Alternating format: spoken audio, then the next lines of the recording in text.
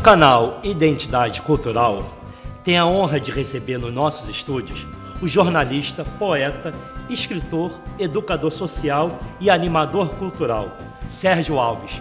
Seja bem-vindo, meu querido. Muito obrigado.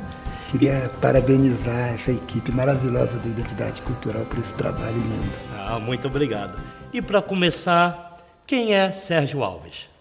Sérgio Alves é um sujeito apaixonado pela vida, apaixonado pelo seu país, pela luta contra as injustiças. Qual é a diferença entre animador cultural e educador social? Basicamente nenhuma, porque essas duas categorias atuam na periferia, atuam em comunidades ditas carentes, né, tentando levar cultura para o jovem das comunidades. Então, eu acho que basicamente nenhuma. O educador social ele atua mais assim, no resgate, né? Eu trabalhei 10 anos como educador social, trabalhei com uma abordagem, com terceira idade, né? Trabalhei em abrigo, né? E sempre com esse perfil. Né? Sempre, tudo aqui no Rio de Janeiro? Tudo aqui no Rio de Janeiro, na Zona Oeste, basicamente na Zona Oeste. Né? Em abrigo, trabalhei 10 anos em abrigo com população em situação de rua. Né? Quer dizer, o meu trabalho há 20 anos é esse, trabalhar tentando resgatar a comunidade, a dignidade da comunidade, como artista, seja como educador social, o trabalho é esse. Então, e como surgiu o gosto pela cultura? Eu acho que a gente nasce com esse perfil, né? Desde 15 anos, eu escrevo desde 12 anos, né? Mas aos 15 anos eu comecei a atuar em grêmio estudantil, em 75, quer dizer, ainda era ditadura militar, né? Comecei a atuar em grêmio estudantil, nas pecinhas da escola, né? direção cultural, né? E aí tomei gosto pela coisa e não parei mais, né? Nunca mais parei. E pela sua tua experiência, qual foi o personagem que você mais gostou de fazer? Olha, por incrível que pareça, eu fiz uma velhinha, né? Uma velhinha muito engraçada e é engraçado que foi nessa peça que eu percebi que para o ator nada é impossível. Se ele tiver, vamos dizer assim, uma boa direção e tiver bem ensaiado, ele consegue fazer qualquer personagem, consegue fazer qualquer peça. Né? Não tem que estar bem, como é que se diz, concentrado. Né? O ator é basicamente a concentração. Em 1984, você participou da fundação do projeto cultural Passa na Praça, que a poesia te abraça, e do grupo Poça d'Água. O que eram esses projetos e qual foi o impacto que deu na sociedade na época? Bom, Passa na Praça foi um resgate, né? Um encontro de mais de 50 poetas que moravam em várias partes do Rio de Janeiro, né?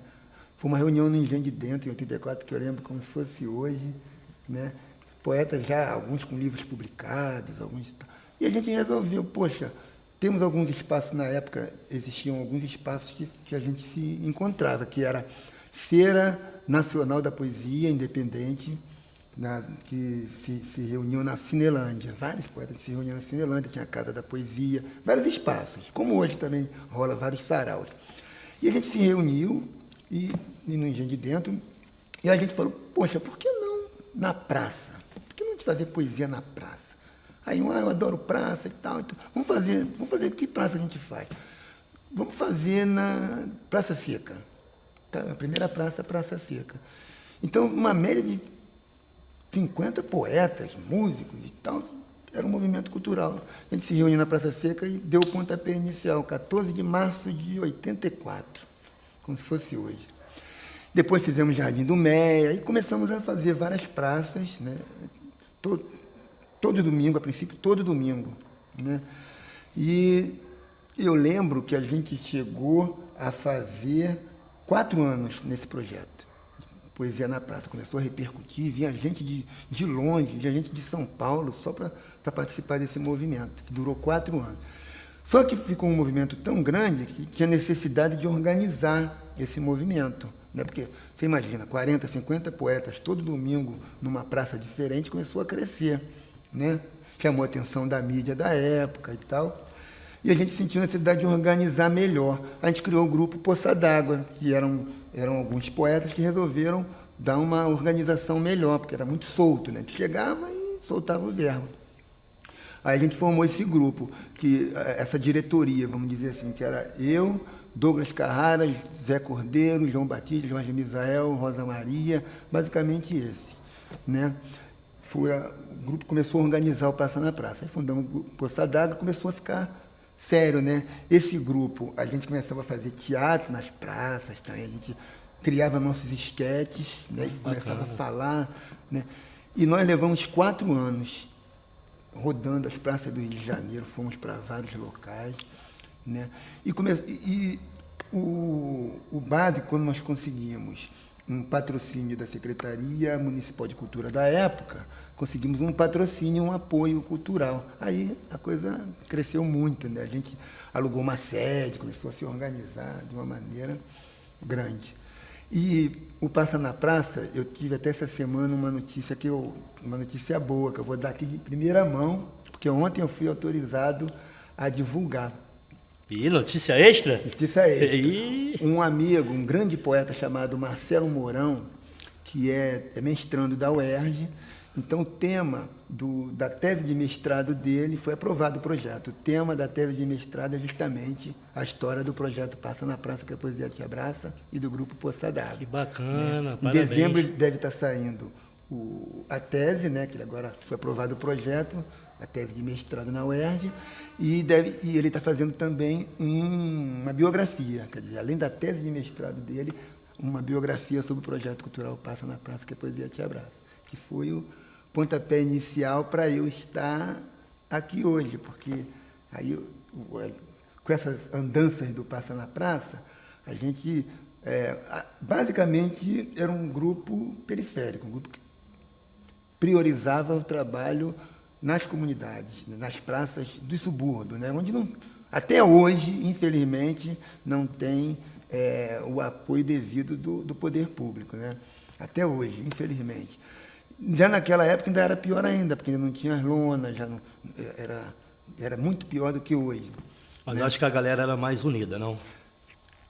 Era mais ou menos, era mais ou menos como é hoje. A coisa vai crescendo, uma era, ela acompanha a outra, né? Como é que se diz? Os exemplos de um tempo, naquele tempo já rolavam os saraus, já rolavam os movimentos. Mas como rolava mais do que hoje em dia? O que você acha? Não, eu acho que hoje até, a nível de sarau, a nível de poesia, rola mais hoje. Eram poucos os espaços culturais que a gente tinha na época. Eram poucos os saraus que a gente tinha hoje. Que a gente tem hoje é mais, eu acho. Né?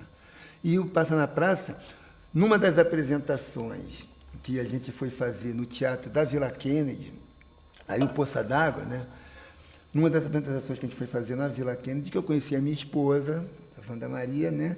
Que daí nos casamos, fui morar na Vila Kennedy e mudei totalmente a minha trajetória para cá e comecei a atuar mais na Zona Oeste. Né? E quando o Passa na Praça acabou, o Poça d'Água acabou, aí a gente fundou outros movimentos. Né? Continuei, não consigo parar. Né? Para nunca, né? Para nunca, não consigo. E que temática principal possui seus livros e suas crônicas? Olha só, é basicamente o social. Né? Eu acho que a grande maioria dos meus poemas tem a temática social. Mas não impede que a gente fale do social, que a gente faça. O artista, o importante é você ter o trabalho de denúncia social sem ser panfletário, sem ser partidário. Há uma diferença entre você usar o teu trabalho como instrumento de conscientização sem ser partidário. Embora eu tenha meu partido, um partido de esquerda, mas eu não sou um instrumento do partido político. Eu sou um instrumento... Você sabe separar as coisas. Eu sei separar as coisas. Isso é importante. Graças a Deus. Quantos livros você tem? publicados? Olha, livros meus são 6. Paz, Pessoa, Criança, Canto Mestiço, e agora o Eutimia, 6. Mas eu participo de várias antologias que eu já participei junto com... E tem algum assim que com você Poça considera d'Água. especial? O que vem é sempre o especial, eu acho. Né? O novo que já está no prelo, já tá no forno, né? Que se chama Poesia de Raiz, né? Tem poemas de todas as fases minhas, acho que mais de 30 e tantos anos de atividade cultural. O Poesia de Raiz ele vem pegando um pouquinho de cada momento meu de poesia. Né? Eu acho que é isso. Você foi o primeiro presidente da fundação do Movimento de Arte e Cultura Alternativa Comunitária. Como funcionava essa fundação e quem era o público-alvo? Isso, o Macaco, né? Foi justamente o que eu estava falando. Conheci a Wanda, né? Nos casamos. Comecei, antes de mudar para Vila Kennedy, ele já tinha contato com todo um movimento cultural efervescente que tinha na Vila Kennedy, né? E na Zona Oeste como um todo. E assim que eu me mudei para lá, me casei, começamos a trabalhar na fundação desse movimento, que é um movimento que tinha a intenção, a proposta de agregar os artistas da Vila Kennedy que não tinha espaço, que eram muitos poetas, muitos dançarinos, músicos, né? Aí nós fundamos o Macaco, que foi na minha casa a reunião, né? A primeira reunião do Macaco. E o engraçado é que a minha mulher deve lembrar disso, a Wanda deve lembrar disso. Eu estava dormindo depois da primeira reunião e eu sonhei com a sigla, Macaco. Falei assim, Movimento de Arte, Cultura Alternativa Comunitária, já está aí a sigla do movimento. Desde assim surgiu. Aí levamos a proposta da sigla para a reunião, que também era muita gente nas reuniões, né? E o Macaco existe até hoje, o Movimento Macaco, né? Coordenado pelo Hugo Araújo, Gustavo, Luci, várias pessoas que estão lá até hoje resistindo, né? Fico triste com o momento que a Vila Kennedy está passando agora, né? Infelizmente, um bairro tão maravilhoso, com tanta gente boa, tem uma escola de samba lá, né? Eu morei 10 anos lá, né? Fico triste, a Vila Kennedy. Tem um teatro, tem uma escola de Teatro samba. Mário Lago. Mário Lago, tem uma escola de samba, tem um movimento cultural muito legal, mas, infelizmente, a violência impera, né? Como no Rio de Janeiro inteiro. Eu lembro, e olha, eu vou te dizer uma coisa, a mídia tem um pouco de culpa. Em que sentido? Vou te dar um exemplo. O Macaco, nós fizemos um evento, eu ainda morava lá, agora eu moro no Rio da Prata, em Campo Grande. Macaco, nós fizemos um movimento chamado Índia-África, que era o encontro da Índia com a África e Brasil, né? Tinha um grande amigo nosso que coordenava o Teatro Mário Lago, Luiz Augusto Vaz. Na época ele coordenava o Teatro Mário Lago, que ainda não era Teatro Mário Lago, era Teatro Faria Lima. Faria Lima, eu lembro. Né? Então, ele era membro do movimento do Augusto Boal, Teatro do Oprimido. E ele conseguiu, né, junto com a gente do Macaco, junto com o movimento, o encontro internacional do Teatro do Oprimido, foi na Vila Kennedy. E, poxa, no encontro internacional veio o grupo da Alemanha, grupo da África, grupo da Índia, por isso que é o nome Índia-África. Você acredita que a gente chamou a mídia, claro, né, chamou para a mídia cobrir esse evento, um encontro internacional. O Augusto Boal pessoalmente esteve no evento, foi um encontro lindo de 2 dias, né? Quem disse que a mídia apareceu? Que apareceu algum jornalista para cobrir o evento. 15 dias depois, tiroteio, houve um sequestro, a Vila Kennedy, uma casa lá seria o cativeiro do sequestrado. Aí aparece helicóptero, televisão, jornal. Rede isso, rede daquilo, jornal. Quer dizer, eu, enquanto jornalista, eu fico envergonhado né, de ver como a mídia, o jornalismo, né, é utilizado para... Eu não gosto dessa palavra, mas é utilizado para diminuir uma comunidade. Você faz como vários eventos de teatro, mas lá, quando a gente fazia evento lá, nunca aparece mídia, como aqui deve ser a mesma coisa, né? Então, isso fica esse registro, mais um protesto meu sobre isso. A mídia, como jornalista, eu fico envergonhado. Não, com certeza. E outra coisa, rapidinho, o Macaco, a gente criou, como eu falei, era um movimento grande, cresceu, tive orgulho de ser presidente na época. A gente participou de um movimento chamado Bangu Pé de Alona. Isso é histórico. Só existia naquela época, 92, não me engano, a lona de Bangu, a lona de Campo Grande, o Ives Macena e a nossa saudosa Regina Pierini, era a única lona que existia, né? Então nós criamos o movimento Bangu, que era Pé de Alona, porque o Ives Macena e a Regina já tinham informado a gente que tinha lonas abandonadas. Da onde foi aquela que saiu a lona Elza Osborne, tinha outras lonas abandonadas da Eco 92. Então, nós fizemos esse movimento. Tinha mais de 100 artistas nesse movimento. Bangu pede a lona, né? E tanto fizemos, o movimento se organizou, a gente, com a assessoria do Ives Macena e da saudosa Regina Pierini, né? Com a assessoria deles, a gente foi aos órgãos competentes e conseguimos a segunda lona de Bangu, que foi a segunda lona do município, instalada a sua lona de Bangu. Foi uma vitória assim, muito grande, e o Macaco, eu tive o prazer de ter sido a pessoa que assinou, como presidente do Macaco, a vinda da lona para Bangu. Foi a segunda lona. A união, né? Foi a união, éramos mais de 100 pessoas também nesse movimento Bangu Pede a Lona, capitaneada pelo Macaco, né? E assim, no seu ponto de vista, as praças, as ruas em si, continuam sendo lugares preferidos dos poetas para divulgar a arte? Eu digo assim, a arte em geral. Olha só, na época, na década de 80, a gente não tinha alternativa, né?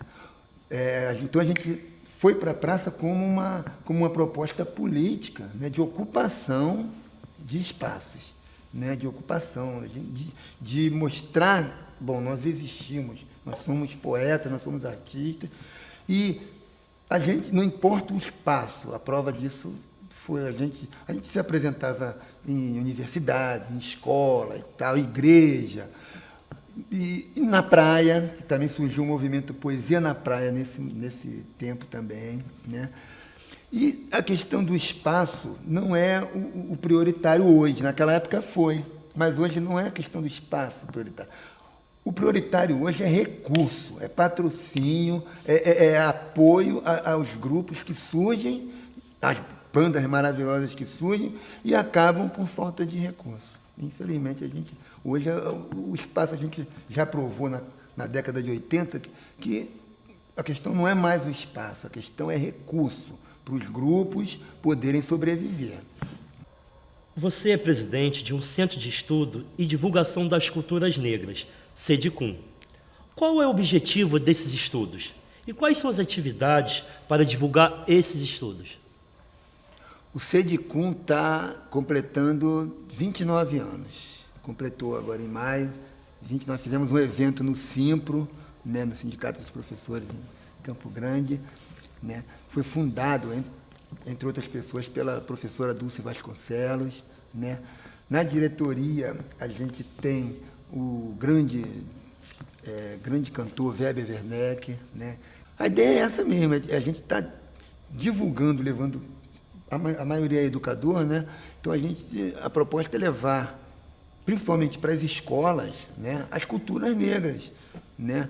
A luta contra a discriminação racial, a luta contra o preconceito, a luta contra a perseguição às religiões afro-brasileiras, né, as religiões, quer dizer, a luta contra a intolerância, né, seja religiosa, seja de gênero, né? Então, o CEDICUM tem essa proposta. A gente tem conseguido faz várias atividades, né? Eu estou presidente há um bom tempo, né? O SEDICUM participa do CONDEDINE, que é o Conselho Municipal de Defesa dos Direitos do Negro. O CONDEDINE é um órgão ligado à prefeitura por lei, né? E a gente coordena um projeto, deixa eu ver se eu lembro aqui, CONDEDINE nas escolas, SEDICUM nas escolas, tem um outro nome, mas me deu um branco agora, que leva para as escolas do município os verdadeiros heróis negros que a história oficial faz questão de apagar. Pra você ter uma ideia, o SEDICUM, o nosso patrono, é o João Cândido, né, o almirante negro, né? E a gente leva esses heróis como João Cândido, Luiz Amarim, Luiz Gama, Zumbi dos Palmares, entre outros heróis negros, que fizeram, nesses mais de 300 anos de escravidão, resistiram e fizeram, deram uma contribuição, não só cultural, mas uma contribuição de construção desse país. Sem a questão do negro, sem a gente discutir a questão do negro, esse país não evolui. E as escolas, principalmente, né, não discute, a academia, principalmente, também, não discute essa questão como deveria, né? Mas a gente já teve muitas vitórias, muitos avanços, tem o Estatuto da Igualdade Racial, né? Tem vários avanços que tem que continuar resistindo para que a gente não tenha um retrocesso, né? Porque o perigo está aí, retroceder ao século XIX, seja a nível cultural, a nível de educação. Se a gente não tomar cuidado, o Brasil vai retroceder ao século XIX. Na sua opinião, que artista negro vem se destacando no cenário cultural? Tem vários, né? A gente tem... Aqui na Zona Oeste a gente tem Zébia Werneck, meu amigão, meu parceiro, né? Nós temos Hugo Araújo lá no Macaco, temos Edgar Negão, meu compadre maravilhoso, que era coordenador do Negritude. E a nível nacional a gente vê aí o Lázaro Ramos, né? E são muitos, né? Só que são poucos, são muitos resistindo, mas ainda são poucos a nível de televisão. Teve uma entrevista que eu vi essa semana da Zezé Mota falando, perguntaram a Zezé Mota quantos, como é que se diz, propagandas ela participou. Ela falou que toda a carreira dela, artística, ela só participou de uma propaganda, porque disseram para ela que negro não vende produto, ninguém vai querer.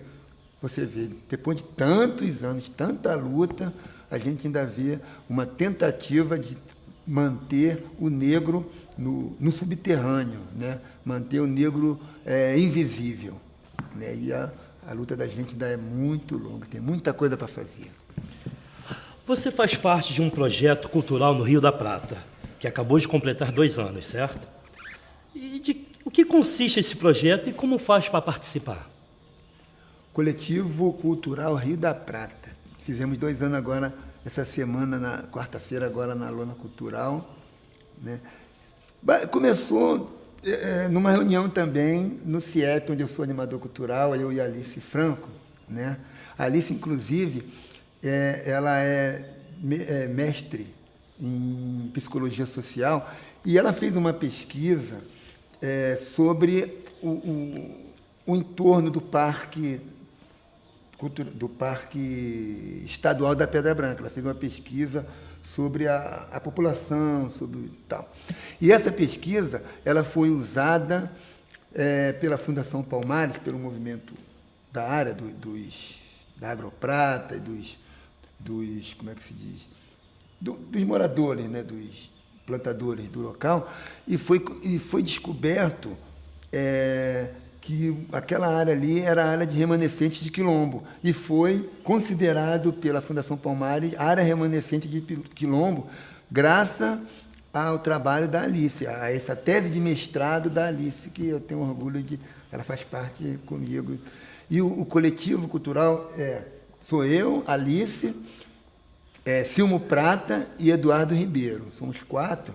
Mas quando começou era mais pessoas. Mas como tudo começa com bastante gente, depois vai diminuindo. Depois ficam uns, né? Mas a gente continua com a parceria do pessoal da Agroprata, né? O pessoal que participou com a gente, né? Que faz a festa do caqui, Graciano Carneiro e a esposa dele, né? Rita Caseiro. Graciano Caseiro e Rita Caseiro, né? E a festa do caqui também é um sucesso, a gente participa sempre, quer dizer, toda uma efervescência cultural daquela área ali. E agora, o canal Identidade Cultural vai ficando por aqui, com essa ilustre presença. Muito obrigado, Sérgio Alves. Obrigado a você. Mas antes, gostaria que você encerrasse com uma poesia. Poema doido. Poema doido. O poeta só tinha prazer, declamar, biritar e namorar. Cercado de vinhos e linfas, ao lado de Baco e Dionísio, nos braços de Afrodite, a vadiar. O Criador, talvez por castigo, por destino, karma, expiação, enviou o poeta em difícil missão, levar claridade onde reina a escuridão. Disse o Criador bonachão: é fácil cantar belas praias, belo corpo imortalizado em canção. Quero ver poetar onde a vida não tem nenhuma ilusão, onde a poesia para o povo não paga o preço de um pão. Toca para a periferia, para a Baixada, Zona Oeste, e vai versar com os MCs, o Bill, o Pavilhão, os Racionais, negras cidades e lis.